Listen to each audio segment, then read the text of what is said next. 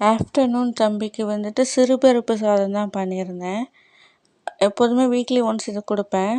அப்புறம் ஹஸ்பண்ட் வந்துட்டு சந்தையிலேருந்து காய்கறி வாங்கிட்டு வந்திருந்தாங்க. அதுக்கப்புறம் கொஞ்ச நேரம் தம்பியை நான் பைக்கில் கூட்டிகிட்டு போயிட்டு வரேன் அப்படின்னு சொல்லிட்டு கூட்டிகிட்டு போயிட்டு வந்தாங்க.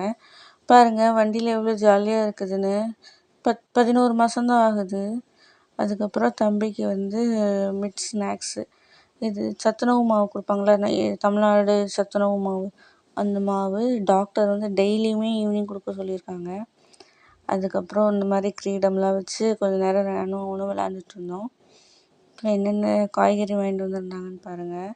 உருளைக்கிழங்கு, தக்காளி, பாகற்காய், அப்புறம் பூசணிக்காய், அப்புறம் ஆனியன், பெரிய வெங்காயம், அப்புறம் பீன்ஸ், அவரைக்காய். அப்புறம் நைட்டு தம்பிக்கு வந்துட்டு டின்னர் தோசை. இந்த வீடியோ எடுக்கும்போது அவனையும் செல்ஃபியில் எடுத்தேன்.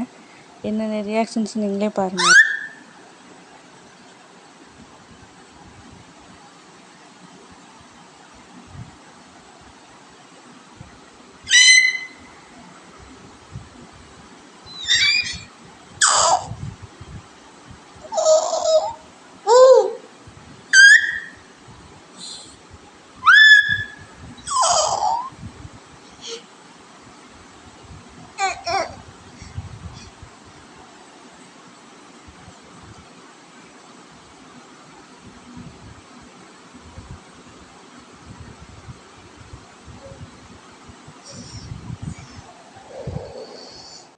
அப்புறம் நைட்டு டின்னருக்கு ஹஸ்பண்ட் எனக்கு முட்டை தோசை ஊற்றி கொடுத்தாங்க.